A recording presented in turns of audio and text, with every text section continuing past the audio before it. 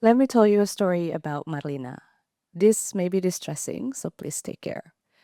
Marlina lived in a remote village on Sumba Island on the eastern part of Indonesia. One day, her home was robbed and she was sexually assaulted. She then took a long journey to go to the nearest police station, which is far away from her village. There, police officers told her that they couldn't process her report because they don't have the test equipment to confirm her report. With no other option, she went back home. Now, this story is based on a film, but it captures a painful reality. 1 in 4 women in Indonesia has experienced physical or sexual violence in their lifetime.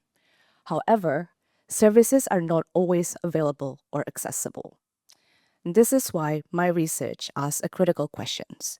Why do some local governments adopt policies to implement response services while others do not? As you can see on the slide, only a third of cities and regencies government in Indonesia have adopted women's protection regulation, and others have not.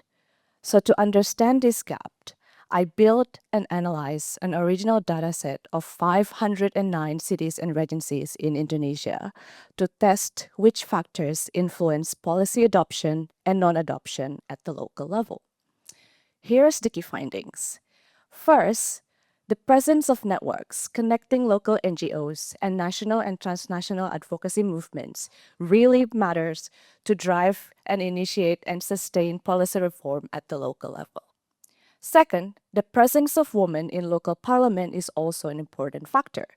They can drive substantial policy change. And third, morality regulations at the provincial level could stall progress.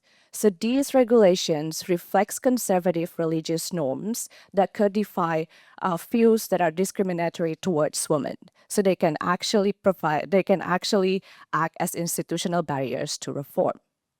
So this finding tells us that if we want to end violence against women and ensure that all women, including those like Merlina, have access to support services, we must support women's advocacy networks and their presence in local parliaments. We also have to reform the normative barriers that stall progress toward gender justice. Thank you for listening.